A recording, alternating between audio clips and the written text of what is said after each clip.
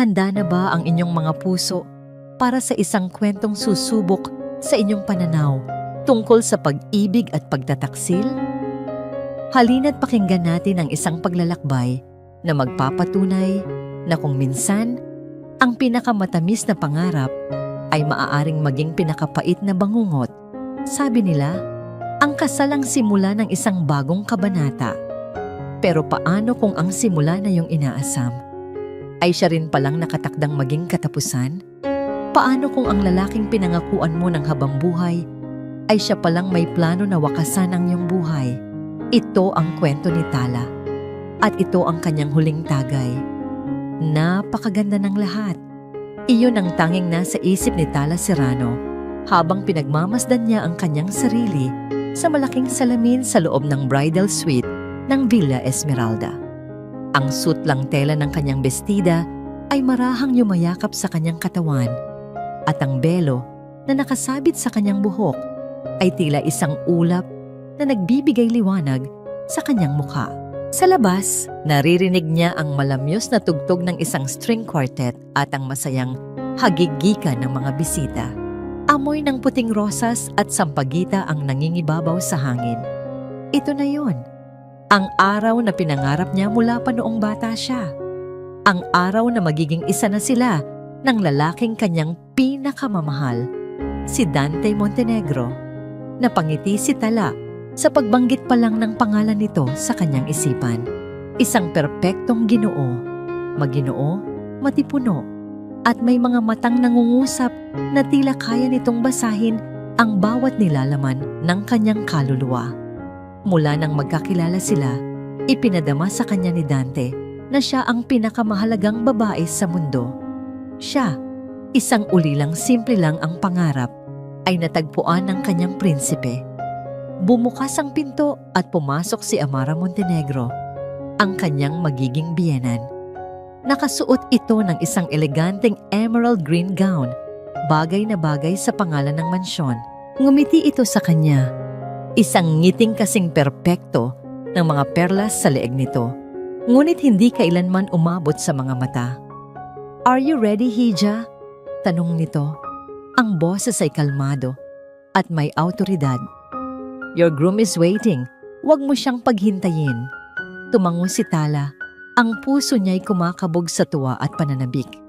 Inalalayan siya ni Amara palabas ng silid at sabay silang naglakad sa pasilyo patungo sa hardin kung saan gaganapin ang seremonya.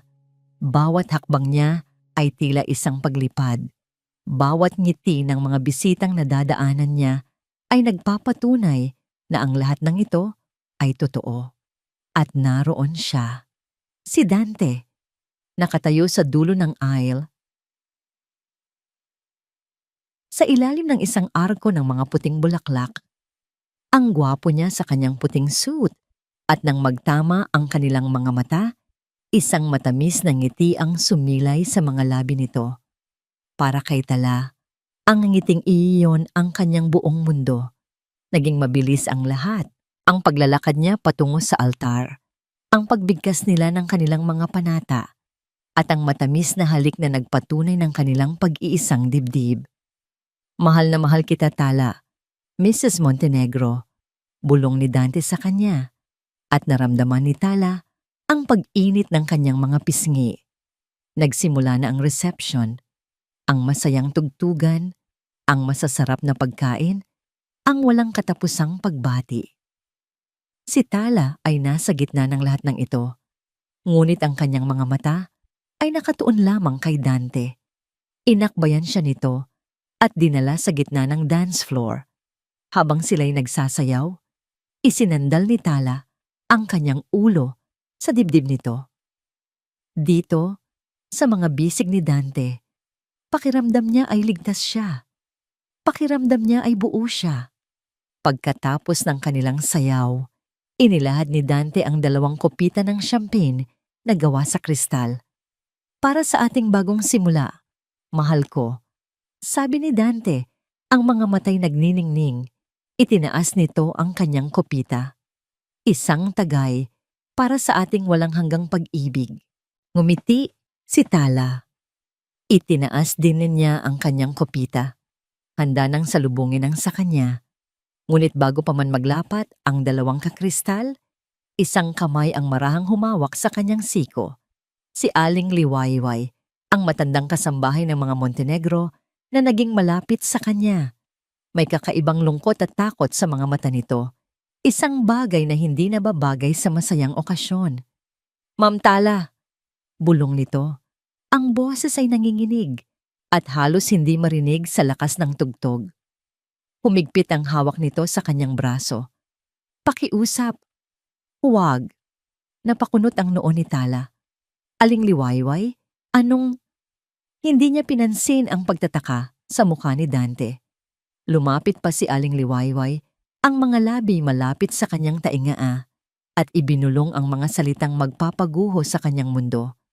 "Huwag mong iinumin. Nak, lason yan." Para siyang binuhusan ng nagyayelong tubig. Biglang huminto ang pag-ikot ng kanyang mundo.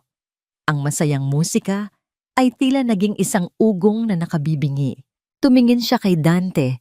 Sa perpektong mukha nito, sa ngiti nitong na ngayon ay tila isang maskara ng demonyo. Tumingin siya sa kopitang hawak niya. Ang ginintuang likido sa loob nito ay hindi na simbolo ng selebrasyon, kundi ng kamatayan. Nanginginig ang kanyang kamay. Ang kanyang pag-iisip ay naguguluhan. Isang biro, isang pagkakamali. Ngunit ang desperasyon sa mga mata ni Aling Liwayway ay nagsasabing totoo ang lahat. Kailangan niyang magdesisyon. Ngayon din, sa isang iglap, isang kakaibang kalinawan ang bumalot sa kanya. Ipinikit niya ang kanyang mga mata. Sandali, huminga ng malalim, at muling iminulat ang mga ito na may ngiti sa kanyang mga labi. Isang namangiting peke, isang namangiting puno ng takot. "Para sa atin," sabi niya kay Dante. Ang boses ay pinilit niyang huwag manginig. Itinagay niya ang kanyang kopita. Ngunit sa halip na inumin ito, marahan lamang niyang idinampi ang gilid ng kopita sa kanyang mga labi, sapat lang para mabasa ito. Hindi niya hinayaang may pumasok na kahit isang patak sa kanyang bibig. Pagkatapos, sa harap ng lahat, sa harap ng kanyang bagong asawa, bumagsak si Tala sa sahig. Ang kopita ay nabitawan at nabasag, at ang kadiliman ay tuluyang bumalot sa kanya habang kusa niyang ipinikit ang kanyang mga mata. Habang nakahandusay at nagkukunwaring walang malay, dinig na dinig niya ang sigawan at pagkakagulo. Ngunit isang boses ang naging malinaw sa lahat. Ang malamig at matigas na boses ni Amara Montenegro na nakayuko malapit sa kanya, bumubulong sa anak nito. "Siguraduhin mong tapos na ang lahat, Dante. Walang puwang sa pagkakamali." Ang huling alaala ni Tala, bago siya mawalan ng malay, ay ang malamig na boses ni Amara. Ngayon, ang una niyang naramdaman sa kanyang paggising ay ang matigas at malamig na semento sa kanyang likod at ang amoy ng alikabok at lumang kahoy. Wala na ang maningning na ilaw ng mga chandelier. Wala na ang musika. Wala na ang masasayang tawanan. Ang tanging narito ay ang nakakapasong dilim at ang nakabibinging katahimikan. Iminulat niya ang kanyang mga mata. Halos wala siyang maaninag. Nang subukan niyang bumangon, naramdaman niya ang bigat ng kanyang bestida. Ang damit na simbolo sana ng kanyang kaligayahan, na ngayon ay tila isang sapot na bumabalot sa kanyang bangkay. Biglang bumukas nang marahan ng isang pinto, nag-iwan ng manipis na sinag ng liwanag. Kasabay nito, pumasok ang isang anino. Napapikit si Tala sa takot. Ang puso niya'y umakyat sa kanyang lalamunan. Ito na ba ang katapusan niya? "Tala, anak." Ang boses na yon, mahina at nanginginig, ngunit puno ng pag-aalala. "Aling Liwayway?" Bulong ni Tala. Ang luhang kanina pa niya pinipigilan ay nagsimula nang mamuo sa gilid ng kanyang mga mata. Mabilis na lumapit ang matanda. May dalang isang maliit na kandila. Sa liwanag nito, nakita ni Tala na nasa loob sila ng isang lumang bodega. Nakapatong sa tabi niya ang isang bungkos ng damit. Isang simpleng blusa at pantalon na malayo sa karangyaan ng suot niya. Wala tayong oras, sabi ni Aling Liwayway. Ang bawat salita ay nagmamadali. Kailangan mo nang magbihis. Akala nila ay wala ka ng buhay. Naghihintay lang sila sa doktor na pipirma ng death certificate mo bago kanila itakbo sa ospital. Isang aksidente ang sasabihin nila. Atake sa puso sa araw ng iyong kasal. Nanginginig ang buong katawan ni Tala habang pinoproseso ang bawat salita. Hindi ito panaginip. Totoo ang lahat. Ang pagmamahal ni Dante, ang kabaitan ni Amara. Lahat ay isang malaking kasinungalingan para patayin siya. Tinulungan siya ni Aling Liwayway na hubarin ang mabigat na bestida. Habang tinatanggal ang bawat butones, pakiramdam ni Tala ay hinuhubad din niya ang kanyang dating pagkatao, ang mapaniwalain at nangangarap na si Tala. Isinuot niya ang simpleng damit, malamig ang tela sa kanyang balat. Isang paalala ng malagim na katotohanang kanyang kinakaharap. Makinig ka sa akin, sabi ni Aling Liwayway. Hinawakan nito ang magkabilang balikat ni Tala at tiningnan siya ng diretso sa mata. Dadaan tayo sa pasilyo sa likod.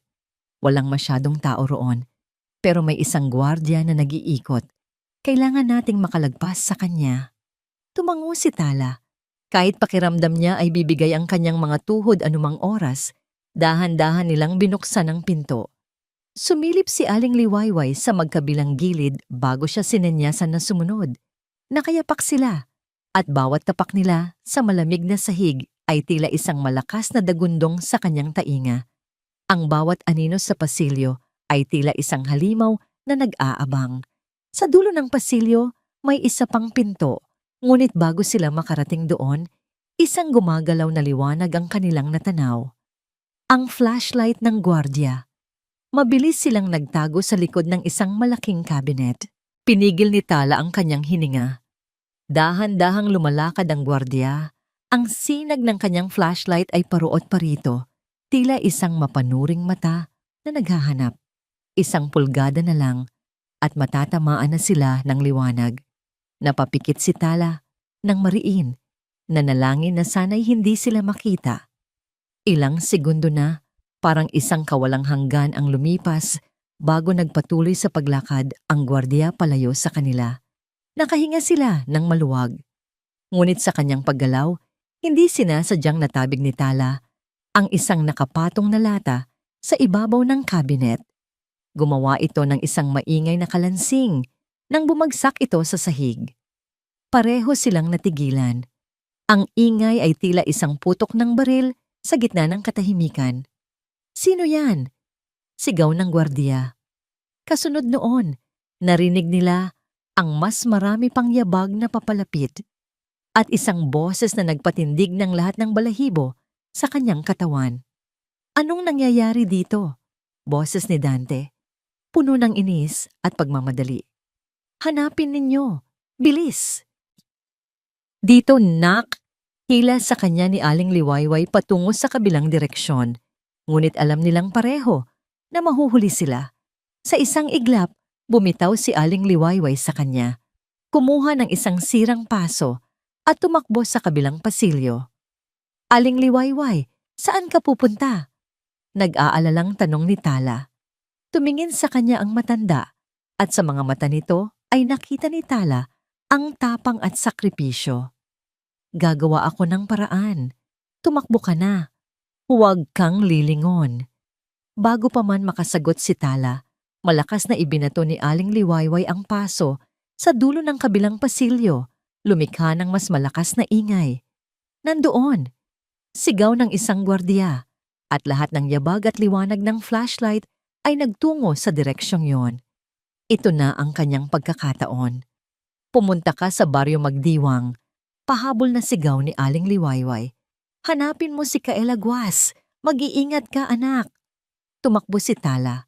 Tumakbo siya na hindi lumilingon, tulad ng sabi ng matanda. Tumakbo siya na may luhang dumadaloy sa kanyang mga pisngi. Narating niya ang pinto sa likod ng hardin. Tinulak niya ito ng buong lakas at sinalubong siya ng malamig na hangin ng gabi. Tinahak niya ang pamilyar na hardin kung saan sila ikinasal kanina.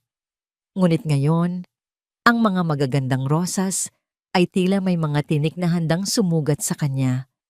Walang humpay ang kanyang pagtakbo hanggang sa marating niya ang mataas na pader na bakal sa likurang bahagi ng mansyon.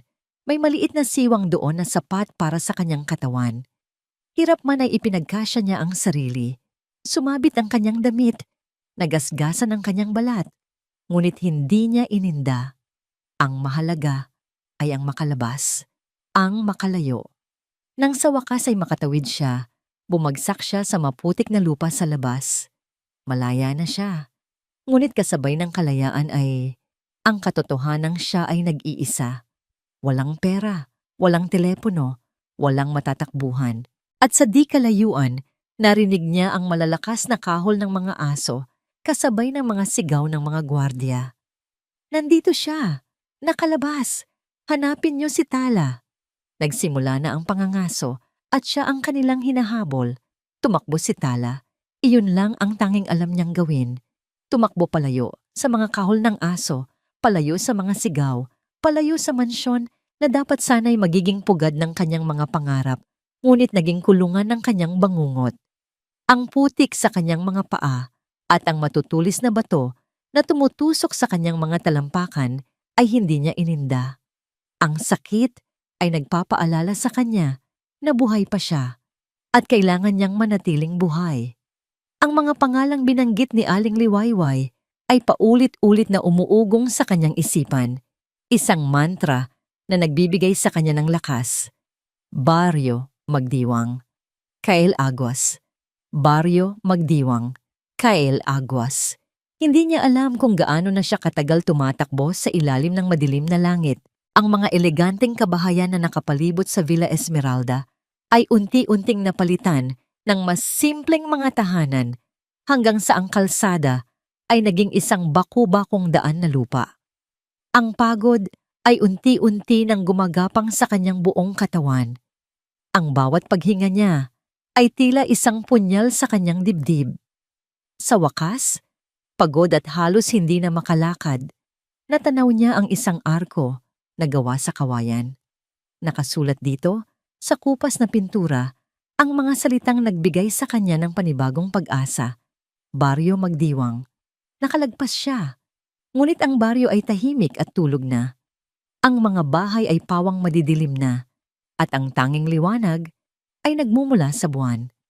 Paano niya hahanapin si Kael Aguas sa ganitong lugar? Naglakad siya ng dahan-dahan, halos gumapang sa sobrang pagod. Isang ilaw ang nakita niyang nakabukas pa sa isang maliit na tindahan. Isang matandang babae ang nag-aayos ng kanyang mga paninda. Nag-aalangan man, nilapitan ito ni Tala. "Magandang gabi po," sabi niya. Ang boses ay paos. "Naghahanap po ako ng isang tao. Kael Aguas po ang pangalan." Tiningnan siya ng matanda mula ulo hanggang paa. Ang kanyang maruming damit, ang kanyang magulong buhok, ang mga galos sa kanyang braso. May pagtataka sa mga mata nito, ngunit may bahid din ng awa. "Si Kael? Dooy sa dulo ng kalsadang yan," sabi ng matanda sabay turo sa isang madilim na landas. "Ang bahay na may malaking puno ng mangga sa harapan. Mag-iingat ka, ineng. Mukhang malayo ang iyong pinanggalingan." Nagpasalamat si Tala at tinahak ang itinurong daan. Bawat hakbang ay mas bumibigat, ngunit ang pag-asang makakahanap siya ng tulong ang nagtulak sa kanya. At naroon nga, sa dulo ng landas, isang maliit na bahay na kubo na nakatayo sa ilalim ng isang mayabong na puno ng mangga. Walang ilaw, walang ingay. Kinakabahan siyang lumapit at kumatok sa pintong gawa sa kahoy. "Tao po?" Mahina niyang tawag. Walang sumasagot. Kumatok siya ulit, mas malakas ngayon. "Tao po, pakiusap. Tulungan ninyo ako." Ilang sandali pa, narinig niya ang tunog ng paggalaw sa loob, na sinundan ng pagbukas ng bintana. Isang lalaki ang dumungaw. Ang mukha niya'y bahagyang natatanglawan ng liwanag ng buwan. Magulo ang buhok nito at bakas sa mukha ang inis dahil naistorbo sa pagtulog. "Sino ka? Anong kailangan mo sa ganitong oras ng gabi?" tanong nito. Ang boses ay magaspang at malamig. Ikaw po ba si Kael Aguas? Tanong ni Tala. Nanginginig ang boses. Sumama ang tingin ng lalaki. Ako nga. Bakit? Pinapunta po ako dito ni Aling Liwayway, sabi ni Tala. Halos maiyak na. Kailangan ko po ng tulong. Pakiusap. Bumaba ang lalaki at binuksan ang pinto. Sa mas malapit, nakita ni Tala ang kanyang anyo. Matangkad ito at matipuno ang katawan. Ngunit ang mga mata niya ay walang emosyon, malamig. Tila may pader na nakaharang sa sinumang susubok na pumasok. Anong nangyari sa'yo? Tanong ni Kael. Ang tingin ay sinusuri ang kaawa-awa niyang kalagayan. Walang pag-aalinlangan, ikinuwento ni Tala ang lahat. Ang kasal, ang lason, ang pagtakas, ang bawat salita ay lumalabas sa kanyang bibig na may kasamang panginginig. At takot, umaasa siya na makikita sa mga mata ni Kael ang awa, ang pag-unawa. Ngunit wala. Nang matapos siya, tinitigan lang siya ni Kael. Ang mukha ay blanko pa rin. Umalis ka na, sabi nito. Ang boses ay kasing tigas ng bato. Natigilan si Tatala. Ano po? Ang sabi ko, umalis ka na. Ulit ni Kael, mas mariin ngayon. Wala akong pakialam sa kwento mo. Ayokong madamay sa gulo ng iba. Gumuho ang huling piraso ng pag-asa sa puso ni Tala. Pagkatapos ng lahat ng kanyang pinagdaanan, ito ang kanyang kahahantungan. Isang pintong isasara sa kanyang mukha. Pero pinapunta ako dito ni Aling Liwayway. Sabi niya tutulungan mo ako. Pagmamakaawa niya, ang mga luha ay malaya nang dumadaloy sa kanyang mga pisngi. Wala na akong ibang matatakbuhan. Problema mo na yan, hindi sa akin, sagot ni Kael at nagsimula ng isara ang pinto. Sa sandaling iyon, hindi na kinaya ng katawan at isipan ni Tala. Ang pagod, ang takot, at ngayon, ang matinding pagkabigo. Biglang nanghina ang kanyang mga tuhod. Naging itim ang kanyang paningin. Ang huli niyang nakita ay ang unti-unting pagsasara ng pinto. At ang huli niyang narinig ay ang malakas na kalabog nito. Pagkatapos, bumagsak siya sa lupa, sa harap ng bahay ng kanyang huling pag-asa, at nilamon na siya ng kadiliman. Sa loob ng bahay, napasandal si Kael sa pinto. Ipinikit niya ang kanyang mga mata. Pilit na iwinawak ang imahe ng babaeng nakahandusay sa labas. Hindi siya pwedeng madamay. Hindi na ulit. Ngunit ang mga hikbi nito, ang desperasyon sa mga mata nito, may kung anong kumurot sa kanyang puso. Ilang sandali siyang nanatiling nakatayo roon, nakikipaglaban sa sarili. Pagkatapos, sa isang malalim na buntong hininga ng pagkatalo, marahan niyang ipinihit ang seradura. Dahan-dahan niyang binuksan muli ang pinto. At ang kanyang mukha, na ngayon ay nababasa ng liwanag ng buwan, ay nagpapakita ng isang emosyong puno ng komplikasyon. Isang pinaghalong inis, awa at pagsisisi. Pinagmasdan ni Kael Aguas ang babaeng natutulog sa kanyang papag. Ang pangalan daw nito ay Tala. Isang pangalan na nababagay sa mga bituin, maningning at malayo. Ngunit ang babaeng nasa harap niya ngayon ay malayo sa pagiging maningning. Ang kanyang mukha ay namumutla, may bahid ng lagnat. Ang kanyang mga braso ay may mga gasgas at ang kanyang paghinga ay mababaw. Isang malalim na buntong hininga ang kumawala kay Kael. Gulo. Ito ang salitang pilit niyang tinatakasan sa buong buhay niya. Ngunit heto na naman, kumatok sa kanyang pinto. Sa anyo ng isang babaeng basang-basa sa putik at luha. Kumuha siya ng isang malinis na bimpo, isinawsaw ito sa palangganang may maligamgam na tubig, at marahang ipinunas sa noo ni Tala. Mainit ito, napakainit. Sa pagdampi ng kanyang kamay sa balat nito, isang alaala ang biglang sumalakay sa kanyang isipan na parang kidlat. Isang imaheng matagal na niyang ibinaon sa limot. Isang ibang silid, isang ibang mukha, mas bata, mas payat, na naghihingalo rin sa lagnat. Ang amoy ng gamot at xiaoduji na nanunuot sa hangin. Ang mahinang pag-ubo, ang malamig na kamay na hinawakan niya, isang kamay na hindi na niya kailanman nahawakan muli. "Kuya, takot ako," sabi ng isang boses sa kanyang alaala. Boses ng kanyang kapatid, ang kanyang bunsong si Maya. Mariin niyang ipinikit ang mga mata at biglang lumayo kay Tala, tila napaso. Binitawan niya ang bimpo na para bang ito ang multo ng kahapon. Hindi, hindi na ulit. Ipinangako niya sa sarili na hindi na siya muling hahayaan ang sarili na madamay. Ang huling beses na sinubukan niyang tumulong ay nauwi sa trahedya. Isinara niya ang kanyang bibig noong kailangan niyang magsalita. Naduwag siya noong kailangan niyang lumaban. At ang duwag na tulad niya ay walang karapatang maging bayani ng kahit sino. Pinilit niyang alisin ang mga anino ng kahapon sa kanyang isipan. Upang malibang ang sarili, binuksan niya ang kanyang maliit at lumang telebisyon. Isang maingay na variety show ang palabas. Mas mabuti na ito kaysa sa katahimikan na nagbibigay daan sa mga alaala. Umupo siya sa isang silyang yantok sa sulok, malayo kay Tala, at pinanood ang walang kwentang palabas. Ngunit ilang minuto lamang ang lumipas, biglang naputol ang programa para sa isang flash report. "Breaking news!" sabi ng announcer. Kasal na nauwi sa paglayas, mayamang bride, misteryosong naglaho. Biglang nanlaki ang mga mata ni Kael. Sa screen ng telebisyon, ipinakita ang isang larawan. Ang larawan ni Tala sa araw ng kanyang kasal, nakangiti at napakaganda. Kasunod nito, isang video interview sa isang lalaking umiiyak. Si Dante Montenegro. Mukha itong pagod. Ang mga matay namumugto at ang boses ay basag. Hindi ko alam kung anong nangyari," sabi ni Dante sa mga reporter.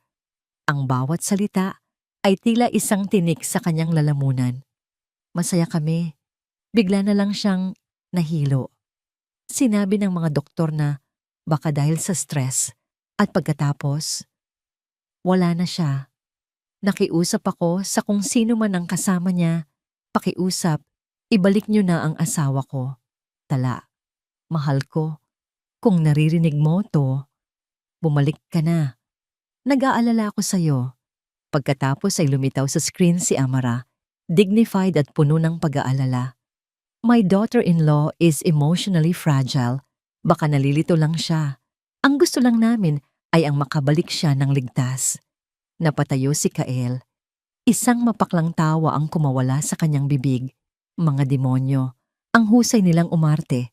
Sa isang iglap, ang biktima ay ginawa nilang isang baliw na tumakas. At sila, ang mga mamamatay tao, ay ang mga nag-aalalang kaanak. Ngayon, naiintindihan na niya. Naiintindihan niya kung gaano kapanganib ang mga taong ito. Hindi lang sila basta pumapatay. Sinisira din nila ang pagkatao ng kanilang biktima bago pa man ito tuluyang mawala. Sa mga sandaling iyon, ang natitirang pagdududa sa puso ni Kael ay naglaho. Nagsasabi ng totoo ang babae at nasa mas malaking panganib siya kaysa sa kanyang inaakala. Isang mahinang ungol mula sa papag ang nagpabalik sa kanya sa realidad. Dahan-dahang gumalaw si Tala, minulat ang kanyang mga mata. Nagulat ito nang makita siya at agad na sinubukang bumangon. Ngunit masyado pa siyang mahina. "Sa sino ka?" tanong nito. Ang mga matay puno ng takot. "Nasaan ako?" Pinatay ni Kael ang telebisyon. Ayaw niyang marinig o makita pa nito ang mga kasinungalingan ng mga Montenegro. "Nasa bahay ko," sagot niya. Ang boses ay bumalik sa pagiging malamig at walang emosyon. "Nahimatay ka sa labas." Naalala ni Tala ang lahat. Ang pagtanggi ni Kael, ang pagsara ng pinto, ang pag-asa niyang gumuho, ang takot ay napalitan ng pagkabigo. Pumunta si Kael sa maliit na kusina at bumalik na may dalang isang mangkok ng mainit na lugaw. Ang amoy nito ay simple at nakakaginhawa. Inilapag niya ito sa isang maliit na mesa sa tabi ng papag, siniguradong hindi sila magkakalapit. Kumain ka. Utos niya. Magpalakas ka. Tumingin si Tala sa lugaw, pagkatapos ay sa kanya. May bahid ng pag-asa na muling sumilay sa mga mata nito. Ibig sabihin ba nito? Bukas, putol ni Kael sa anumang sasabihin niya. Ang mga salita'y matigas at pinal. Bukas, kailangan mong umalis. Ang pag-asang yon ay muling naglaho sa mga mata ni Tala. Ang katahimikan ay muling bumalot sa kanila. Mas mabigat kaysa dati. Ngunit ang katahimikang yon ay binasag ng isang tunog na hindi pangkaraniwan sa kanilang baryo sa gitna ng gabi. Ang ugong ng isang makina ng sasakyan. Isang mamahaling sasakyan. Agad na dumungaw si Kael sa bintana. Maingat na sinilip ang labas. Isang itim at makintab na sasakyan ang dahan-dahang gumagapang sa kanilang daanang lupa. Huminto ito malapit sa tindahan kung saan nagtanong si Tala kanina. Mula sa bintanang bahagyang nakabukas, isang lalaking nakasuit ang may kausap na isang taga-baryo. Hindi marinig ni Kael ang kanilang pinag-uusapan, ngunit alam na niya. Alam na niya kung sino at ano ang hinahanap ng mga ito. Nakarating na sila. Ang gulo na pilit niyang tinatakasan ay hindi na lang kumakatok. Nasa harapan na mismo ng kanyang pintuan. Ang ugong ng sasakyan sa labas ay tila isang hatol ng kamatayan para kay Tala. Ang kanyang pag-asa na magkaroon kahit isang gabing kapayapaan ay biglang naglaho. Agad siyang napatingin kay Kael na ang mukha ay seryoso at alerto na ngayon sa ilalim ng liwanag ng buwan na tumatagos sa bintana. Wala nang oras, sabi ni Kael. Ang boses ay mahina, ngunit puno ng diin. Tumayo ka. Kailangan na nating umalis. Ngayon na. Wala nang pag-aalinlangan sa boses nito. Wala na ang lamig ng pagtataboy. Ang naroon na lang ay ang pangangailangan na makaligtas. Mabilis na tumalima si Tala. Ang takot ay nagbigay sa kanya ng lakas na hindi niya akalaing mayroon siya. Saan tayo pupunta? Tanong niya habang mabilis na isinusuot ang sirang tsinelas na ibinigay sa kanya ni Kael. Sa likod, sagot nito, habang mabilis na kinukuha ang isang maliit na bag at isinusukbit sa balikat. Huwag kang gagawa ng kahit anong ingay. Pinatay ni Kael ang lahat ng ilaw. Ang tanging liwanag na lang nila ay ang buwan. Inalalayan niya si Tala patungo sa pintuan sa likod ng kusina. Dahan-dahan niya itong binuksan. Sumalubong sa kanila ang malamig na hangin at ang tunog ng mga kuliglig. Sa di kalayuan, naririnig pa rin nila ang mahinang usapan mula sa harap ng baryo. Dito! Bulong ni Kael. Gumapang sila palabas, nagtago sa likod ng mayabong na puno ng mangga. Mula roon, sinimulan nila ang kanilang pagtakas. Tinahak nila ang madamong bahagi sa likod ng mga kabahayan, palayo sa kalsada. Bawat kaluskos ng mga tuyong dahon sa kanilang mga paa ay tila isang sigaw sa katahimikan ng gabi. Ngunit si Kael ay sanay sa dilim. Bawat galaw niya ay tiyak at tahimik. Si Tala naman ay buong pusong nagtiwala. Sumusunod, sa bawat yapak ng lalaking ilang oras lang ang nakalipas ay ipinagtatabuyan siya. Naglakad sila nang naglakad sa madilim na kaparangan hanggang sa marating nila ang isang luma at abandonadong kapilya sa gilid ng isang ilog. Ang mga pader nito ay gawa sa bato at nilulumot na. At ang bubong ay may mga butas na. Dito muna tayo, sabi ni Kael, hinihingal. Pumasok sila sa loob. Ang amoy ay pinaghalong alikabok, lupa, at nabubulok na kahoy. Isang anino sa sulok ang biglang gumalaw at napasigaw si Tala sa takot. Huwag kang matakot, sabi ng isang matandang lalaki. Nakasuot ito ng sombrero ng isang magsasaka at may hawak na lampara. Ako'y kaibigan. Tumingin si Tala kay Kael. Nagtatanong. Tumango si Kael. Sinugo ako ni Liwayway, sabi ng matanda. Ito, dugtong niya sabay abot ng isang nakatuping sulat kay Tala. Para sa'yo raw. Kailangan ko na ring umalis. Mapanganib na dito. Kinuha ni Tala ang sulat. Ang kanyang mga kamay ay nanginginig. Bago pa siya makapagpasalamat, mabilis na nawala ang matanda sa dilim. Iniwan sila sa liwanag ng gasera nito. Umupo si Tala sa isang sirang bangko. Si Kael ay tahimik na nakatayo sa may pintuan, nagbabantay. Dahan-dahan niyang binuksan ang sulat. Pamilyar sa kanya ang sulat kamay ni Aling Liwayway. Tala anak, patawarin mo ako. Kung sa ganitong paraan lang ako makakapagpaliwanag. Kung nababasa mo ito, ibig sabihin ay ligtas kang nakatakas. Salamat sa Diyos, kailangan mong malaman ang lahat. Ang dahilan kung bakit handa akong isugal ang buhay ko para sa'yo ay hindi lang dahil sa kabutihan. Ito ay dahil sa hustisya. Hustisya para sa pamangkin ko, si Clarissa. Nanlamig ang buong katawan ni Tala sa nabasa. 1 taon na ang nakalipas, anak. Ikinasal din siya sa isang kamag-anak ng mga Montenegro. Masaya siya, tulad mo, puno ng pangarap. Ngunit 1 buwan lang matapos ang kasal, natagpuan siyang patay. Ang sabi nila, bigla ang sakit sa puso. Walang naniniwala sa akin. Alam kong pinatay nila siya para sa kanyang insurance at ngayon, ikaw naman sana ang isusunod nila. Napahikbi si Tala. Ang galit ay nagsimulang pumalit sa takot. Galit para sa mga Montenegro. Galit para sa mga buhay na kanilang sinira. Nagpatuloy siya sa pagbabasa. Pero may mas malaki pa silang dahilan, Tala. Hindi lang ito tungkol sa insurance. Ito ay tungkol sa iniwan ng iyong ama. Bago siya pumanaw, may isang bagay siyang ipinagkatiwala sa iyo na hindi mo alam. Isang kwaderno o ledger. Isang libro de kwenta. Nakasulat doon ang lahat at ng iligal na transaksyon ng mga Montenegro at ng kanilang mga kasosyo. Iyon ang magpapabagsak sa kanila. Iyon ang tunay nilang habol.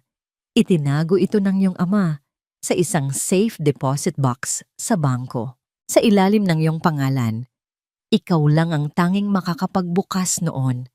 Ang kasal ninyo ni Dante ay isang paraan para legal na mapunta sa kanya ang lahat ng pag-aari mo, kasama na ang librong yon sa oras na ikaw ay pumanaw. Napatingin si Tala sa kawalan. Ang lahat ay nagiging malinaw na ngayon. Ang bawat piraso ng palaisipan ay nagkakabit-kabit, bumubuo ng isang larawan na puno ng kasakiman at pagtataksil. Kailangan mong makuha ang librong yon, Tala. Iyon ang tanging baraha mo laban sa kanila. Iyon ang magbibigay ng hustisya hindi lang para sa'yo, kundi para na rin kay Clarissa at sa iba pa nilang mga naging biktima. Mag-iingat ka, anak. Huwag kang magtitiwala kahit kanino, maliban kay Kael. Utang ng pamilya niya ang buhay nila sa iyong ama. Mapagkakatiwalaan mo siya. Nang mabasa niya ang huling bahagi ng sulat, napuno ng luha ang kanyang mga mata. Ngunit hindi ito luha ng kalungkutan, kundi ng determinasyon. Ngunit may isang pangungusap pa sa pinakahulihan. Isang pangungusap na tila isinulat ng nagmamadali, na nagpabagsak sa lahat ng tapang na kanyang naipon. Habang sinusulat ko ito, alam kong malapit na sila. Kung nababasa mo ito, ibig sabihin, nasa kanila na si Aling Liwayway. Binitawan ni Tala ang sulat. Ang papel ay marahang lumapag sa sahig. Ang babaeng nagligtas sa kanya, ang tanging taong naging kakampi niya sa impyernong yon, ay bihag na ngayon ng kanilang mga kaaway. Ang huling pangungusap sa sulat ni Aling Liwayway ay tila isang malakas na sampal sa mukha ni Tala. Nasa kanila na si Aling Liwayway. Ang mga salitang yon ay umalingaw-ngaw sa kanyang isipan, mas malakas pa kaysa sa malakas na tibok ng kanyang puso. Ang babaeng nagligtas sa kanya, ang tumayong pangalawang ina sa kanya sa maikling panahon, ay nasa panganib dahil sa kanya. Napayuko si Tala. Ang kanyang mga kamay ay naikuyom. Ang kalungkutan at takot na kanyang naramdaman kanina ay dahan-dahang nilamon ng isang nag-aalab na damdamin, galit, at determinasyon. Tumayo siya, pinunasan ng kanyang mga luha. Ang pag-aalinlangan sa kanyang mga mata ay napalitan ng isang matatag na paninindigan. Hinarap niya si Kael, na hanggang ngayon ay tahimik na nagmamasid sa kanya mula sa may pintuan. Kailangan kong bumalik, sabi ni Tala. Ang boses niya ay hindi na nanginginig. Mayroon na itong bigat at tapang. Napakunot ang noo ni Kael. Ano? Nababaliw ka na ba? Kakalabas mo lang sa impyernong yon, tapos babalik ka. Nasa kanila si Aling Liwayway. Giit ni Tala. Dinampot ang sulat mula sa sahig at ipinakita ito kay Kael. Bihag nila siya. Dahil sa akin. Hindi ko siya pwedeng pabayaan. Utang ko sa kanya ang buhay ko. Kinuha ni Kael ang sulat at mabilis na binasa.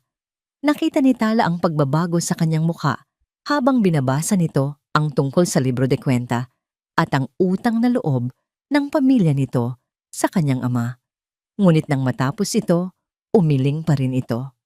Hindi, sabi ni Kael. Ang boses ay matigas pa rin, ngunit may bahid na ngayon ng pag-aalala. Mas lalo kang hindi dapat bumalik, bitag yan. Alam nilang babalikan mo siya. Hihintayin ka lang nila. Kaya nga kailangan kong bumalik, sagot ni Tala. Ang boses ay tumaas na. Habang hawak nila si Aling Liwayway, hawak nila ako sa leeg. At kailangan ko ang librong yon. Iyon ang tanging paraan para matapos ng ito. Iyon ang magbibigay ng hustisya para sa lahat. Nagkaroon ng matinding katahimikan sa pagitan nilang dalawa. Tanging ang tunog lang ng ilog at ng mga kulisap sa labas ang maririnig. Nagtitigan sila, isang pagsubok ng kalooban. Nakita ni Kael sa mga mata ni Tala, hindi na ang babaeng takot at kaawa-awa, kundi isang babaeng handang harapin ang panganib para sa tama. Isang babaeng nagbago sa loob lamang ng isang gabi. At sa mga matang yon, nakita ni Kael ang refleksyon ng sarili niyang kaduwagan sa nakaraan. Nakita niya ang anino ni Maya na nagmamakaawa para sa tulong na hindi niya naibigay. Isang malalim na buntong hininga ang pinakawalan ni Kael. Isinuko niya ang tingin. Hindi kita pwedeng iwanan mag-isa, sabi niya sa wakas. Ang boses ay mahina, na tila napipilitan, ngunit meron ng kasiguraduhan. Sasama ako sa'yo. Isang maliit na ngiti ng pasasalamat ang sumilay sa mga labi ni Tala. Sa unang pagkakataon, mula nang magsimula ang kanyang bangungot, naramdaman niyang hindi na siya nag-iisa. Kinabukasan, bago pa man sumikat ang araw, sinimulan na nila ang kanilang paglalakbay pabalik. Sa tulong ng matandang kaibigan ni Aling Liwayway, nakakuha si Tala ng mas maayos na damit. Isang lumang maong na pantalon, isang maluwag na t-shirt, at isang sombrero para itago ang kanyang mukha. Itinali niya ang kanyang buhok at sinadyang dungisan ang kanyang mukha ng kaunting lupa. Kailangan nating mag-ingat, sabi ni Kael. Hindi tayo pwedeng dumaan sa pangunahing kalsada. Sumakay sila sa likod ng isang truck ng gulay na patungong syudad. Ang biyahe ay maalog at hindi komportable. Nakaupo sila sa gitna ng mga kaing ng repolyo at kamatis. Ang amoy ng lupa at gulay ay nanunuot sa kanilang damit. Sa bawat checkpoint na kanilang nadadaanan, bumibilis ang tibok ng puso ni Tala. Sa isang bayan, habang ang truck ay huminto para magkarga, nakita ni Tala ang isang nakapaskil na anunsyo sa isang poste. Isang malaking larawan ng kanyang muka. Ang nakasulat sa ilalim, "Missing, Tala Serrano." Kung sino man ang makakita sa kanya, pakiusap, tumawag agad.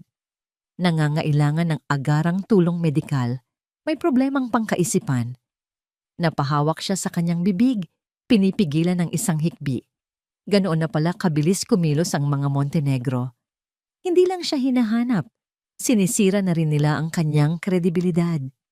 Sino ang maniniwala sa isang baliw na tulad niya? Naramdaman ni Kael ang kanyang panginginig. Hindi ito nagsalita, ngunit marahan nitong tinapik ang kanyang balikat. Isang maliit na kilos, ngunit para kay Tala, iyon ay isang malaking bagay. Isang paalala na mayroon siyang kasama. Gabi na nang sa wakas ay marating nila ang syudad. Ang ingay, ang mga ilaw, ang libo-libong tao, lahat ay tila isang malaking panganib. Dati, ang syudad na ito ay ang kanyang tahanan. Ngayon, ito ang hawla ng kanyang mga kaaway. Naglakad sila sa mga masisikip na eskinita para maiwasan ang mga pangunahing kalsada. Ang kanilang destinasyon, ang pinakamalaking bangko sa sentro ng lungsod, ang lugar kung saan nakatago ang susi sa kanyang kalayaan at sa hustisya na kanyang hinahanap. Nang marating nila ang kanto kung saan matatanaw ang dambuhalang gusali ng bangko, natigilan sila. Doon, sa harap ng entrance, nakatayo si Dante. Ligtas at maayos, nakikipag-usap ng may ngiti sa isang lalaking mukhang manager ng bangko. Mukha siyang isang nag-aalalang asawa. Marahil ay nag-aayos ng mga papeles ng kanyang nawalang may bahay. Nagkatinginan si Tala at Kael.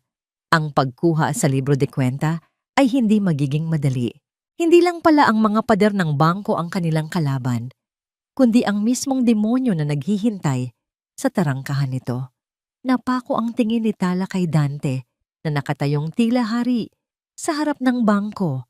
Ang lalaking minahal niya, ang lalaking gusto siyang patayin, ay ilang metro na lang ang layo. Ang hangin ay tila nawala sa kanyang mga baga. Paano na to? Bulong niya. Ang boses ay halos hindi marinig. Nandyan siya, nagbabantay. Iyon mismo ang gagamitin natin, sagot ni Kael. Ang mga matay matalas na pinag-aaralan ang bawat galaw sa paligid. Ang atensyon nila ay nasa entrance. Doon sila nag-aabang, kaya doon din natin sila gagambalain. Tumingin siya kay Tala. Kaya mo ba to? May takot pa rin sa puso ni Tala, ngunit nang maalala niya ang mukha ni Aling Liwayway at ang sulat ng kanyang ama, isang bagong tapang ang umusbong. Tumango siya, mas matatag ngayon. Oo, anong plano? Mabilis na ipinaliwanag ni Kael ang gagawin. Simple lang ito, ngunit mapanganib. Kailangan nila ng perpektong tiyempo.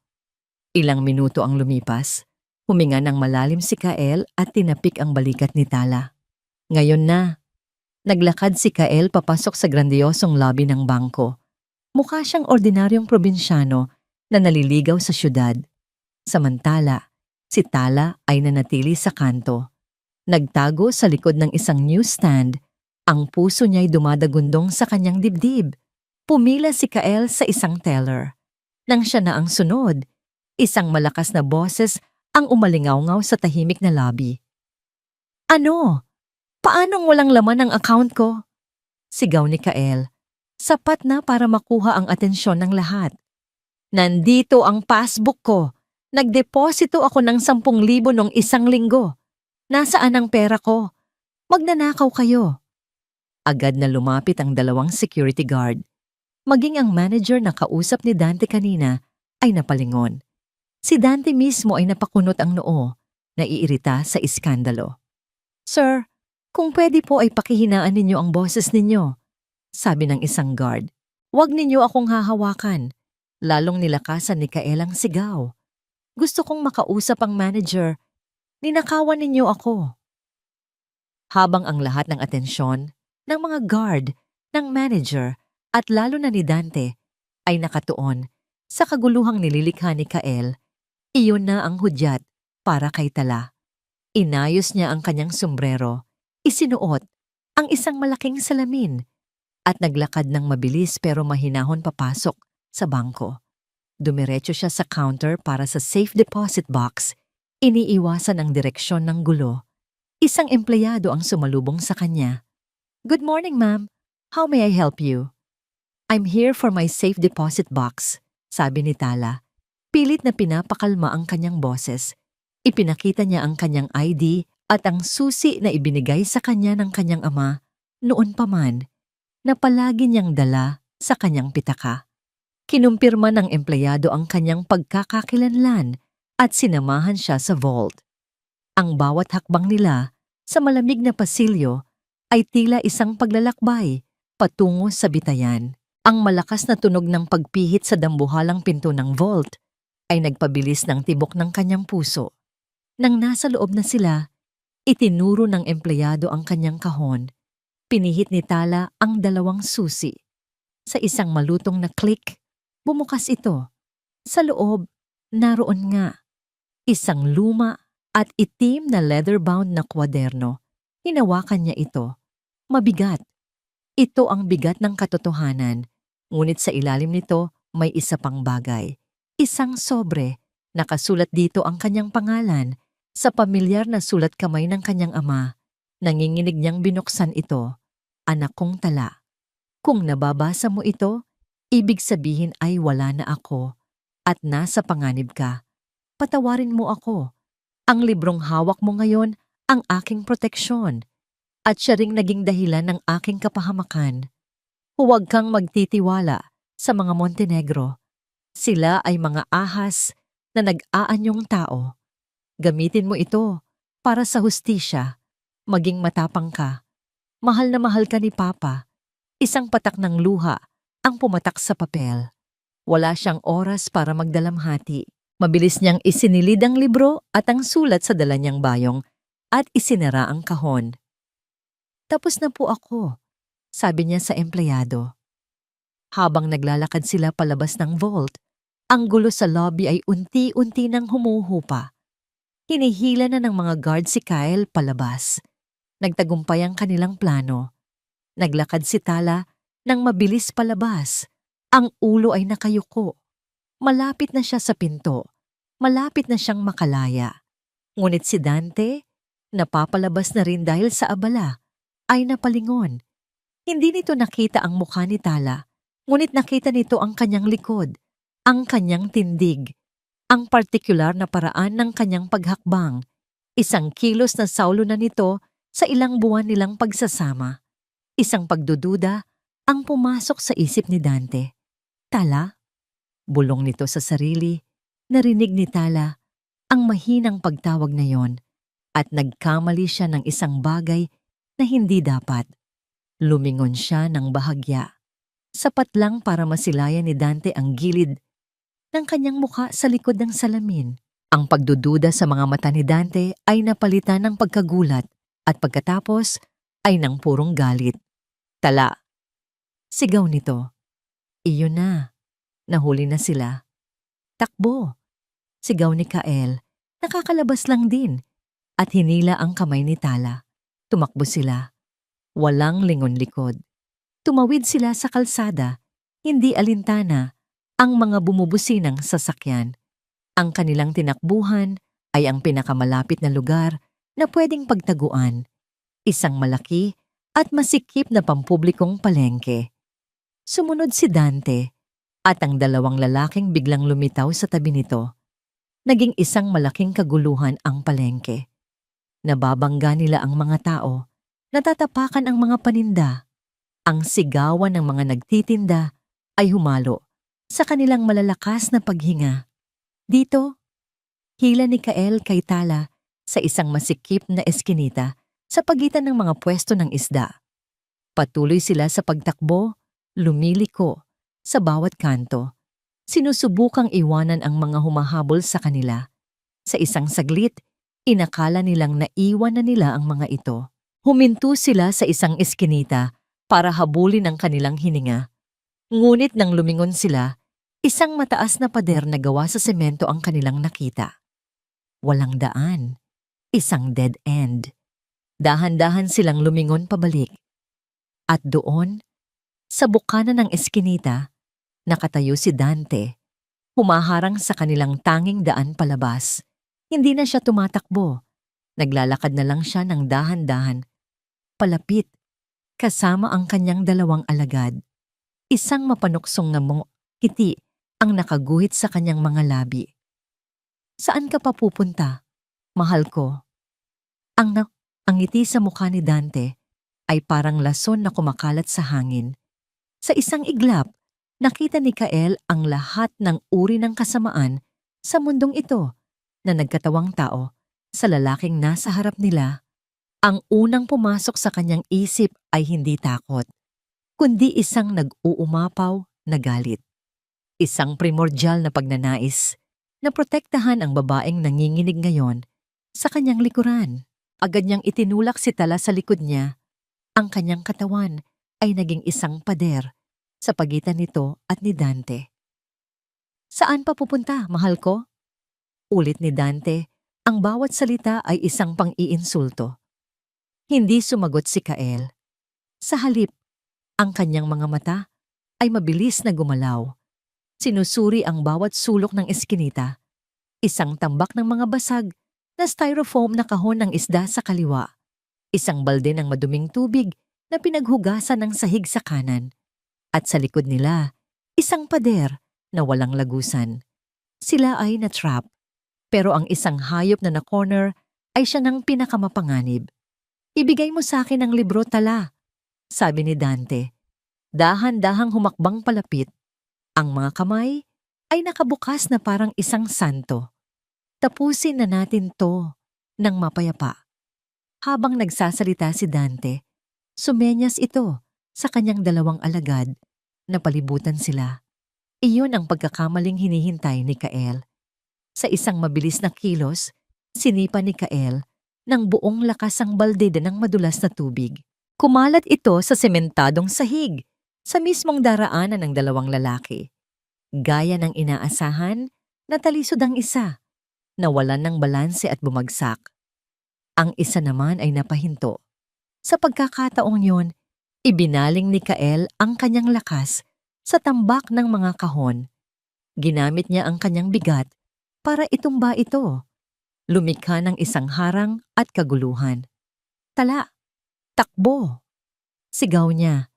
Hindi na nagdalawang isip si Tala. Tumakbo siya.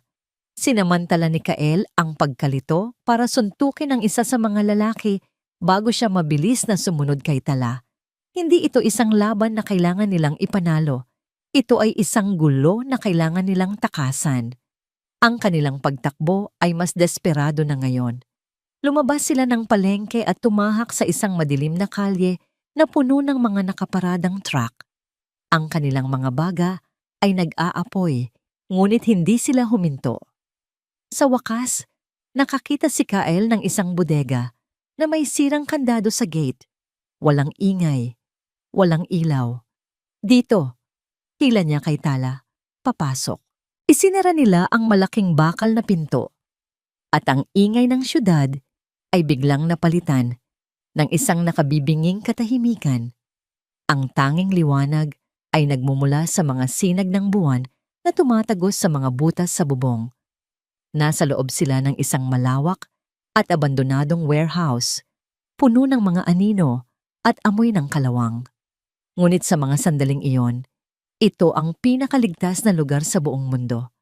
Sumandal si Tala sa isang haligi, hinahabol ang kanyang hininga. Ang bayong na naglalaman ng libro ay mahigpit na yakap-yakap. Si Kael naman ay sumilip sa isang siwang sa pinto. Tinitiyak na hindi sila nasundan. Nang makampante siyang ligtas na sila, saka pa lang niya binalingan si Tala. At doon, sa liwanag ng buwan, nakita niya itong umiiyak. Hindi ito malakas na pag-iyak. Tahimik lang na dumadaloy ang mga luha sa kanyang mga pisngi habang nakatingin sa sulat ng kanyang ama na hawak niya ngayon. Ang lahat ng tapang na ipinakita niya kanina ay naglaho, napalitan ng purong kalungkutan ng isang anak na naulila at pinagtaksilan.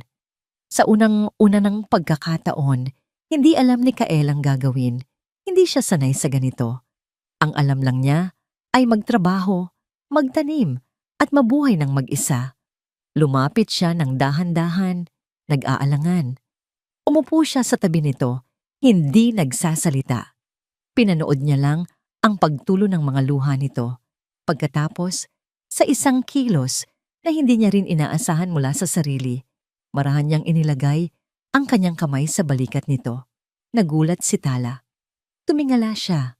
Ang kanyang mga mata ay puno ng sakit at pagkalito. "Bakit?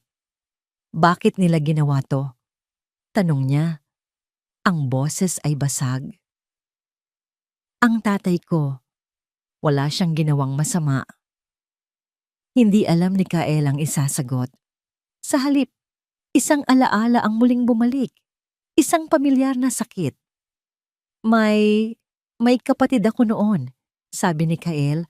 Ang mga salita ay tila inaalis niya mula sa isang malalim na balon.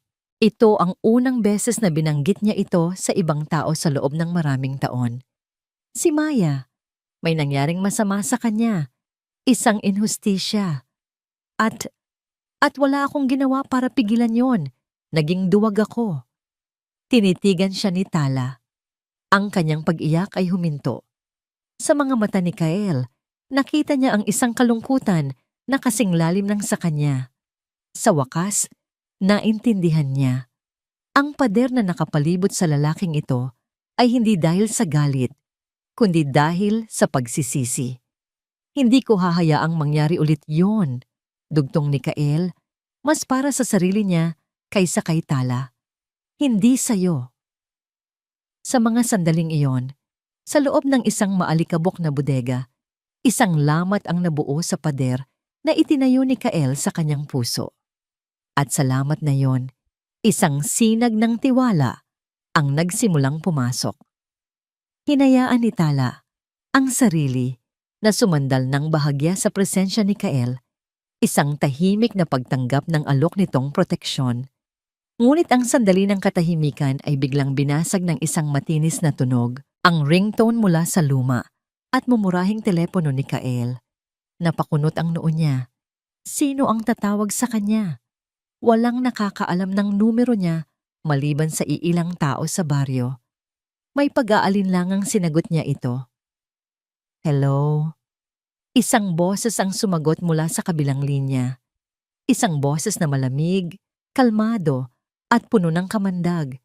Ang boses ni Amara Montenegro. Magandang gabi, sabi ng boses. Naghahanap ka ba ng hardinero mo, Tala? Natigilan si Kael. Tumingin siya kay Tala, puno ng pagkalito. Nasa tabi niya si Tala. Paanong? Hindi kita maintindihan, sagot ni Kael. Isang mahinang tawa ang naririnig niya sa kabilang linya. Simple lang ang pag-uusapan natin.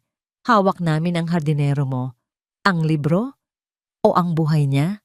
Ibinaba ni Kael ang telepono. Ang kanyang mukha ay blangko sa pagkalito. Tumingin siya kay Tala na nakatayo sa tabi niya. Narinig ang bawat salita mula sa kabilang linya. Paano? Simula ni Kael. Paano nila nalaman ang numero ko? At sinong hardinero ang sinasabi niya? Ngunit si Tala ay hindi na nakikinig. Ang kanyang isip ay tumatakbo ng mas mabilis kaysa sa kanyang kumakabog na puso. Ang takot na naramdaman niya kanina ay napalitan ng isang malamig at matalas na pag-unawa. Tumingin siya kay Kael. Ang kanyang mga mata ay nagliliyab. Isang bitag, sabi ni Tala. Ang boses ay mahinahon, ngunit puno ng diin. Hindi nila hawak ang hardinero mo, Kael. Alam nilang ikaw ang hardinero. Alam nilang magkasama tayo. Doon naunawaan ni Kael. Ang tawag ay hindi isang pagkakamali. Ito ay isang kalkuladong galaw. Isang pain. Gusto nilang magpanik tayo. Pagpapatuloy ni Tala, ang kanyang pag-iisip ay mas nagiging malinaw sa bawat segundo. Gusto nilang gumawa tayo ng isang desperadong hakbang. Gusto nilang ilabas natin ang libro. Gusto nilang tayo mismo ang magbigay sa kanila ng ating lokasyon. Hindi sila tanga, Kael, at hindi rin dapat tayo. Sa mga sandaling iyon, ang babaeng minsan ay naging isang takot na nobya ay tuluyan ng naglaho. Sa kanyang lugar ay isang strategist, isang kalaban na handang makipaglaro sa laro ng mga demonyo. Kung gusto nila ng laro, sabi ni Tala, bibigyan natin sila. Pero sa ating mga patakaran, naalala niya ang sulat ng kanyang ama, ang isang partikular na pangalan. Sa sulat ni Papa, may binanggit siyang isang mamamahayag. Ben Suarez. Sinabi niya na kung may mangyaring masama sa kanya, si Suarez lang ang taong pwede kong pagkatiwalaan. Tatawagan natin siya, sabi ni Tala. Ang kanyang desisyon ay buo na. Makikipagkita tayo sa kanya. Ibibigay natin sa kanya ang ebidensya. Pero gagawin natin itong isang palabas. Isang palabas na para sa mga Montenegro.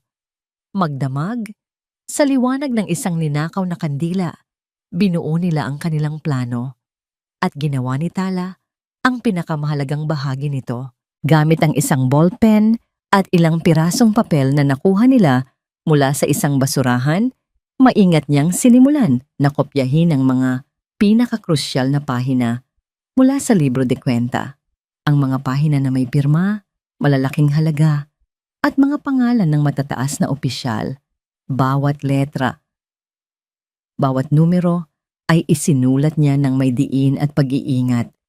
Si Kael naman ay tahimik na nagbabantay sa may pinto. Ang kanyang katawan ay alerto. Ang kanyang mga mata ay hindi mapakali. Kinabukasan, humanap sila ng isang pampublikong telepono. Nanginginig ang kamay ni Tala habang dinadial ang numero ni Ben Suarez. Nagpakilala siya bilang anak ni Ricardo Serrano. Sa umpisa ay nag-aalinlangan ang mamamahayag. Ngunit nang banggitin ni Tala ang libro de kwenta, biglang nagbago ang tono nito. Alam ko ang tungkol dyan, sabi ni Suarez. Matagal nang may naririnig akong bulong-bulungan. Nasaan ka? Magkita tayo. Nagkasundo silang magkita sa Liwasang Bonifacio sa harap ng National Museum. Isang lugar na bukas, maraming tao at maraming posibleng takasan. Oras, 3:00 ng hapon. Ang mga oras ng paghihintay ay tila isang walang katapusang pagsubok. Bawat tunog ng sasakyan, bawat taong dumadaan, ay tila isang banta. Si Tala ay nakaupo sa isang bench, suot ang kanyang sombrero at salamin. Ang bayong na naglalaman ng orihinal na libro ay nasa kanyang kandungan. Si Kael ay nakatayo sa di kalayuan, nagmamasid, tila isang anino. 3:00. Dumating ang isang lalaking nasa edad 40, may bigote at suot na salamin. Mukha itong desente at kagalang-galang. Lumapit ito sa bench. Miss Serrano? Mr. Suarez? Tumango ang lalaki. Nasaan na? Bago pa man makasagot si Tala, naramdaman niya ang pagbabago sa hangin. Mula sa magkabilang gilid ng liwasan, 2 lalaking nakaitim ang mabilis na naglakad palapit sa kanila. Mga aninong biglang sumulpot mula sa karamihan. Bitag! Sigaw ni Kael. Mabilis na tumakbo palapit kay Tala. Ngunit huli na ang lahat. Ang isa sa mga lalaki ay mabilis na sinunggaban si Ben Suarez. Ang isa naman ay dumiretso sa kanila. Bago pa man makakilos si Kael, isang mabilis na dagok sa sikmura ang nagpatumba sa kanya. Kasunod noon, marahas na inagaw ng lalaki ang bayong mula sa mga kamay ni Tala, ang libro, ang susi, ang lahat ng kanilang pag-asa. Napasigaw si Tala, sinubukan niyang lumaban, ngunit malakas ang lalaki. Itinulak siya nito ng malakas at bumagsak siya sa semento katabi ni Kael na namimilipit sa sakit. Nakuha na nila ang libro. Mabilis na tumalikod ang mga lalaki at naglakad palayo na parang walang nangyari, nawala sa karamihan. Ang lahat ay nangyari sa loob lamang ng ilang segundo. Ang mga tao sa paligid ay nagulat, ngunit walang sinuman ang nanghimasok. Nakahandusay sila roon, talunan at walang magawa. Ang lahat ng kanilang pinaghirapan ay nawala na parang bula. Kasabay ng kanilang pagbagsak, isang pamilyar na tunog ng takong ang marahang lumapit. Mula sa likod ng isang malaking puno, lumabas ang isang babae elegante sa kanyang itim na bestida. Tila isang reyna na pinapanood ang pagbagsak ng kanyang mga kaaway. Si Amara Montenegro, isang malamig at mapanagumpay na ngiti ang nakaguhit sa kanyang mga labi habang tinitingnan niya si Tala mula sa itaas. Kinuha niya ang libro mula sa kamay ng kanyang tauhan at marahang hinaplos ang pabalat nito. You really are your father's daughter, sabi ni Amara. Ang boses ay puno ng pang-uuyam. Matapang pero hangal.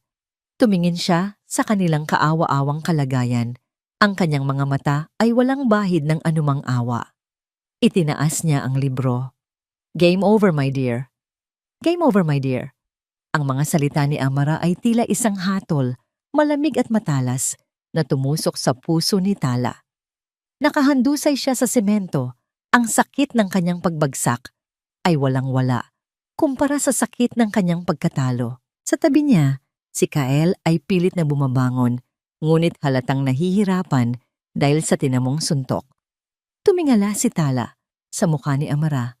Isang mukha na perpekto, walang bahid ng emosyon, maliban sa kislap ng tagumpay sa mga mata nito. Marahang binuklat ni Amara ang libro, hinahaplos ang mga pahina na para bang ito ang pinakamahalagang tropeo sa buong mundo. Ngunit isang boses ang bumasag sa kanyang sandali ng pagwawagi. Sigurado ka ba dyan, Mrs. Montenegro? Ang boses ay nagmula kay Ben Suarez. Kahit nahawak siya ng isa sa mga tauhan ni Amara, ang mamamahayag ay kalmado pa rin. May kakaibang kumpiyansa sa kanyang mga mata. Nawala ang ngangiti sa mga labi ni Amara. Tumingin siya ng masama kay Suarez. Anong ibig mong sabihin? Hindi na sumagot si Suarez. Sa halip, isang ngiti ang gumuhit sa kanyang mga labi. At kasabay ng nangiting iyon, isang tunog ang nagsimulang mararinig. Mahina sa simula, ngunit papalakas ng papalakas. Ang tunog ng mga sirena, maraming sirena, mula sa lahat ng direksyon. Biglang nagbago ang anyo ng liwasan.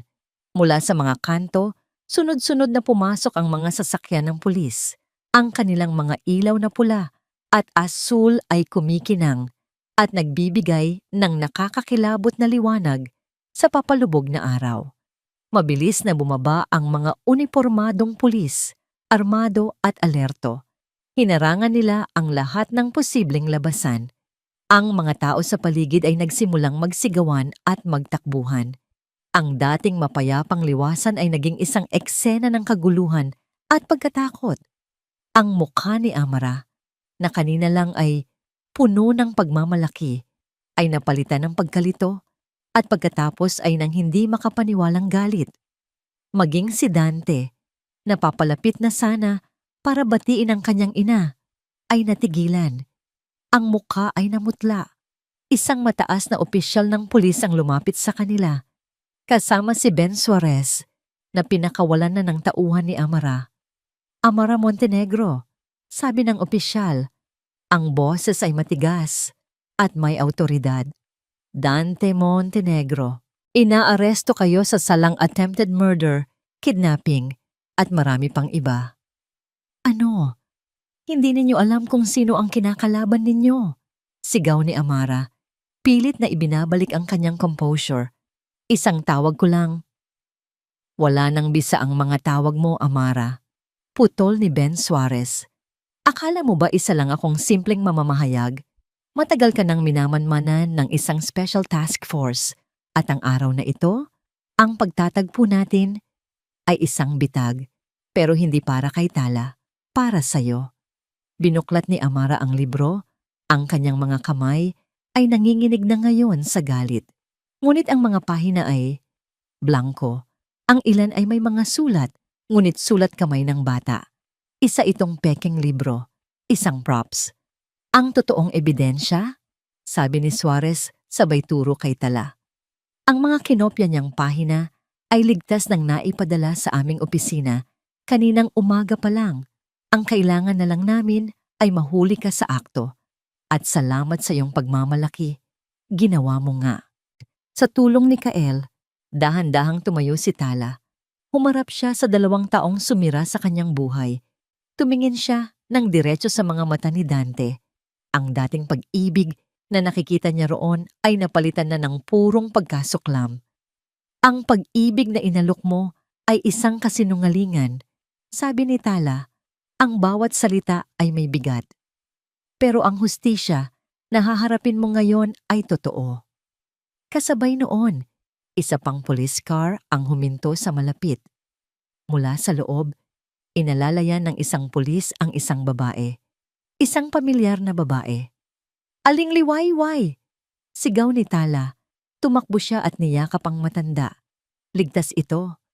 Pagod at may mga pasa, ngunit ligtas. Umiyak sila pareho sa gitna ng kaguluhan. Mga luha ng ginhawa at pasasalamat. Mayroon na kaming sapat na testimonya at ebidensya, sabi ng police captain. Dalhin niyo na sila. Nilapitan ng mga pulis ang mag-inang Montenegro. Walang nagawa si Dante kundi ang magpatihulog. Ngunit si Amara, kahit sa bingit ng kanyang pagkatalo, ay nanatiling matigas. Habang kinakabitan ng posas, ang kanyang mga mata ay hindi inaalis kay Tala. Isang tingin na puno ng galit na hindi kayang itago ng kahit anong maskara. Habang dinadaan siya sa tabi ni Tala, huminto ito sandali. Inilapit niya ang kanyang mukha, sapat na para marinig siya ng dalaga. Sa isang boses na kasing lamig ng yelo, isang bulong na puno ng pangako ng paghihiganti, sinabi ni Amara ang kanyang huling mga salita. Hindi pa ito tapos. Ilang buwan ang lumipas, ang ingay ng mga sirena, ang sigawan sa liwasan, ang malamig na tingin ni Amara. Lahat ng yon ay unti-unting naging isang malayong alaala, isang kabanata sa isang librong isinara na ni Tala. Ang huling tunog ng martilyo ng hukom na pumukpok sa lamesa ay ang naging hudyat ng kanyang tunay na kalayaan. Habang buhay na pagkabilanggo. Iyon ang hatol para kina Amara at Dante Montenegro para sa lahat ng krimen na kanilang ginawa, pinlano at itinago. Walang pagsisisi sa mga mata ni Amara hanggang sa huli, ngunit hindi na yon mahalaga kay Tala. Ang mahalaga ay tapos na. Nahanap na niya ang hustisya. Ngayon, sa isang tahimik na sementeryo sa probinsya, sa ilalim ng mayabong na puno ng kalachuchi, nakatayo si Tala sa harap ng puntod ng kanyang mga magulang. Ang hangin ay sariwa, at ang tanging maririnig ay ang huni ng mga ibon at ang kaluskos ng mga dahon. Inilapag niya ang isang pumpon ng puting rosas sa malamig na marmol. "Hi, Ma! Pa!" Bulong niya. Isang ngayon ng ngiti ang sumilay sa kanyang mga labi. "Tapos na po ang lahat. Ligtas na po ako." Hinaplos niya ang pangalan ng kanyang ama na nakaukit sa lapida. "Pa, nagamit ko po yung libro. Sana proud po kayo sa akin. Hindi ko po sana nagawa yon kung hindi dahil sa inyo at sa mga taong ipinadala ninyo para tulungan ako." Ang kanyang tingin ay napunta sa di kalayuan, kung saan tahimik na nakatayo si Kael sa ilalim ng isang puno, nagbibigay sa kanya ng espasyo at panahon. At kahit malayo, ramdam niya ang presensya nito, isang presensyang nagbibigay sa kanya ng kapanatagan. Ginamit ni Tala ang perang minana niya mula sa kanyang ama hindi para sa luho, kundi para sa isang bagong simula. Bumili siya ng isang maliit na lupa at bahay sa probinsya, malayo sa ingay at gulo ng syudad. At ang malaking parte ng yaman ay inilaan niya para itatag ang Hiraya Foundation, isang pundasyon para tulungan ang mga babaeng biktima ng pang-aabuso at panloloko, para bigyan sila ng pangalawang pagkakataon na muling mangarap tulad niya. Isang hapon, habang nagkakape sila sa beranda ng bago niyang tahanan, masayang nagkukwentuhan sina Tala at Aling Liwayway. Ang matanda ay pinili ng manirahan kasama niya. Ang mga guhit sa mukha ni Aling Liwayway ay naroon pa rin. Ngunit ang bigat at takot sa mga mata nito ay napalitan na ng kapayapaan. "Ibang-iba ka na ngayon, anak," sabi ni Aling Liwayway habang hinahalo ang kanyang kape. "Noong una kitang makita, para kang isang basong babasagin. Ngayon, para ka ng isang puno, matatag." Ngumiti si Tala. "Dahil po sa inyo, Nay, kayo po ang nagbigay sa akin ng lakas." Mula sa hardin, natanaw nila si Kael. Abala ito sa pagbubungkal ng lupa. Sa loob ng ilang buwan, si Kael ang naging haligi ni Tala. Hindi siya pala salita. Ang kanyang mga kilos ang nangungusap para sa kanya. Ang pag-aayos ng mga sirang bintana, ang pagtatanim ng mga gulay sa likod bahay, ang tahimik na pagsama sa kanya sa tuwing kailangan niya ng karamay. Nilapitan ni Tala si Kael na kasalukuyang naghahanda ng isang hukay sa gitna ng hardin. "Ano ang itatanim natin dyan?" tanong ni Tala. Tumingin si Kael sa kanya at sa unang pagkakataon, isang tunay na ngiti ang nakita ni Tala sa mga labi nito. Isang ngiting umabot hanggang sa kanyang mga mata. Isang puno ng narra para maging simbolo ng bago nating simula. Kinuha ni Tala ang isang maliit na sapling na nakalagay sa isang paso. Magkasama nilang itinanim ito. Si Kael ang naghukay at si Tala ang naglagay ng puno sa lupa. Nagtama ang kanilang mga kamay habang inaayos nila ang lupa sa paligid ng puno. Isang kuryenteng dumaloy sa pagitan nila, hindi mainit at mapusok, kundi kalmado at nagbibigay kalinga. Pinanood nila ang maliit na puno, na ngayon ay matatag nang nakatayo sa lupa. Isang pangako ng paglago, isang simbolo ng pag-asa. "Salamat, Kael," sabi ni Tala. Ang boses ay puno ng pasasalamat na hindi kayang ipaliwanag ng mga salita. Salamat sa lahat. Tumingin lang si Kael sa kanya, ang kanyang mga matay nangungusap. Sa mga sandaling iyon, hindi na nila kailangan ng mga salita para magkaintindihan.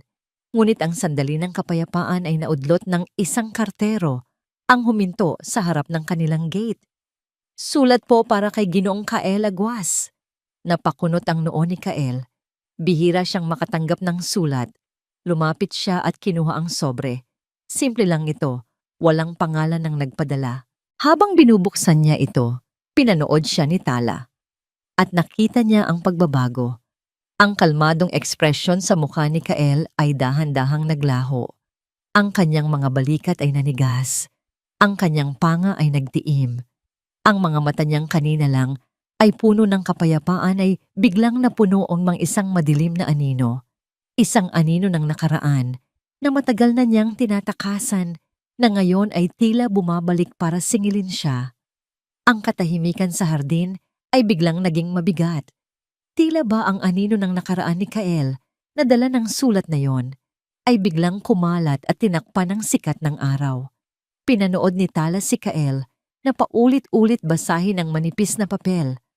Ang kanyang mukha ay tila isang batong hindi mabasa.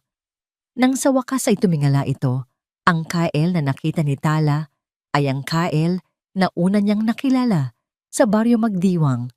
Isang lalaking may pader sa paligid, malamig at malayo. Ngunit ngayon, alam na ni Tala kung ano ang nasa likod ng pader na yon. "May problema ba?" Mahinang tanong ni Tala, dahan-dahang lumapit. Hindi agad sumagot si Kael. Tinitigan niya ang puno ng nara na katatanim lang nila, na para bang doon siya humuhugot ng lakas. Pagkatapos, tumingin siya kay Tala. Ang kanyang mga mata ay puno ng sakit na pilit niyang itinatago. "Ang kaso ni Maya," sabi niya. Ang boses ay magaspang. "Bubuksan daw ulit. May bagong testigo at kailangan nila ang testimonya ko." Doon, sa lilim ng kanilang bagong puno, ikinuwento ni Kael ang lahat. Ang kanyang kapatid na si Maya ay biktima ng isang hit and run. Ang nakabangga ay anak ng isang maimpluwensyang politiko sa kanilang probinsya. Si Kael ang tanging nakakita sa buong pangyayari. Ngunit siya ay bata pa noon. Tinakot siya. Binantaan ng kanyang pamilya. Kaya sa takot, nanahimik siya. Ang kaso ay nabasura at ang hustisya para kay Maya ay hindi kailanman nakamit. Ang pagsisising iyon ang naging lason sa kanyang kaluluwa sa loob ng maraming taon. "Lagi kong tinatakbuhan to." Pag-amin ni Kael, ang tingin ay nasa malayo. Akala ko, kapag lumayo ako, makakalimutan ko. Pero hindi pala. Tumingin siya kay Tala. "Ngayon, hindi ko na alam kung kaya ko." Sa mga mata ni Kael, nakita ni Tala ang sarili niyang takot noong mga unang araw ng kanyang pagtakas. Ang pakiramdam ng pag-iisa at kawalan ng pag-asa. Ngunit ngayon, hindi na siya ang dating Tala. Natutunan niyang lumaban, hindi lang para sa sarili niya, kundi para na rin sa mga taong mahalaga sa kanya. Lumapit si Tala at marahang hinawakan ng kamay ni Kael na nakakuyom. Malamig ito, kasing lamig ng takot na nararamdaman nito. Kael, sabi niya, ang boses ay mahinahon ngunit matatag. Tingnan mo ako. Nang magtama ang kanilang mga mata, ngumiti si Tala. Isang ngiting puno ng pag-unawa. Noong gabing yon sa bodega, pagpapatuloy niya, sinabi mo na hindi mo hahayaang mangyari ulit ang nangyari noon, na hindi mo ako iiwanang mag-isa. Hinigpitan niya ang hawak sa kamay nito. Ngayon, ako naman, isang salita, 4 na letra. Pero para kay Kael, iyon ang pinakamakapangyarihang pangungusap na narinig niya sa buong buhay niya. Hindi mo na kailangang mag-isa, sabi ulit ni Tala. Isang patak ng luha ang kumawala mula sa mga mata ni Kael. Isang luhang matagal na niyang kinikimkim. Hindi niya ito pinunasan. Sa halip, hinayaan niya itong dumaloy. Isang simbolo ng pader na sa wakas ay tuluyan ng gumuho. Kinabukasan, magkasama silang bumisita sa Hiraya Foundation. Ipinakilala ni Tala si Kael sa mga babaeng tinutulungan nila. Nakita ni Kael ang mga ngiti sa mga mukha ng mga babaeng minsay na walan din ng pag-asa. Nakita niya ang lakas sa kanilang mga kwento ng pagbangon at nakita niya si Tala, ang babaeng dumaan sa impyerno, na ngayon ay nagbibigay liwanag sa iba. Sa araw na yon, isang desisyon ang nabuo sa puso ni Kael. Hindi na siya tatakbo. Ang kwento nila ay hindi nagtapos sa isang matamis na halik o isang engrandeng deklarasyon ng pag-ibig. Ang pag-ibig nila ay hindi ganoon. Ang pag-ibig nila ay isinilang sa gitna ng panganib at pinalaki ng pagtitiwala. Ito ay tahimik, ngunit matatag. Gabi na. Magkatabi silang nakaupo sa isang duyan sa hardin, sa ilalim ng kalangitang puno ng mga bituin. Ang puno ng nara ay tahimik na nakatayo, isang saksi sa kanilang paglalakbay. Handa na ako, sabi ni Kael. Binasag ang katahimikan. Haharapin ko na sila. Hindi sumagot si Tala. Sa halip, isinandal niya ang kanyang ulo sa balikat ni Kael. Kinuha ni Kael ang kamay niya at mahigpit itong hinawakan. Hindi nila alam kung ano ang mangyayari bukas. Ang laban ni Kael ay ngayon palang magsisimula. Ang paghilom ng kanilang mga sugat ay isang mahabang proseso. Ngunit sa mga sandaling iyon, sa ilalim ng libu-libong tala, alam nila ang isang bagay na sigurado. Hindi na nila kailangang harapin ang anumang dilim ng mag-isa, sapagkat sa kanilang hardin, sa hardin ng mga pangarap at pag-asa, natagpuan nila hindi lang ang hustisya, kundi ang isang uri ng pag-ibig na kayang magpatubo ng bagong buhay mula sa pinakapait na abo ng kahapon. Natagpuan nila ang isa't isa at sa ngayon, iyon ay sapat na. At dito po nagtatapos ang ating kwento. Isang paglalakbay na nagturo sa atin na ang pinakamadilim na gabi ay kayang-kayang palitan ng isang napakagandang liwayway. Ipinakita sa atin ni Tala at Kael na ang tunay na lakas ay hindi nasusukat sa kawalan ng takot, kundi sa kakayahang bumangon at lumaban sa kabila nito. At ang paghilom, kung minsan, ay hindi natin makikita sa paglimot sa nakaraan, kundi sa pagharap dito ng may kasama. Maraming salamat po sa inyong walang sawang pagsubaybay at pakikinig. Sana po ay may napulot kayong aral at inspirasyon sa kwento ni Tala at Kael. Ano po ang masasabi ninyo sa kanilang paglalakbay? At anong uri naman po ng kwento ang gusto ninyong mapakinggan sa susunod? I-comment nyo lang po sa ibaba at aming babasahin ang lahat ng yan. Hindi dito nagtatapos ang ating paglalakbay. Marami pa pong kwentong kasing ganda at mas puno ng aral dito sa aming channel. Kung nagustuhan nyo ang kwentong ito, i-like, i-share sa pamilya at mga kaibigan at mag-subscribe na rin para lagi kayong updated sa mga susunod pa naming kwento. I-click nyo ang notification bell para kayo ang unang makarinig kapag may bago kaming upload. Pagpalain po kayo ng Panginoon, kayo at ang inyong buong pamilya. Hanggang sa muli.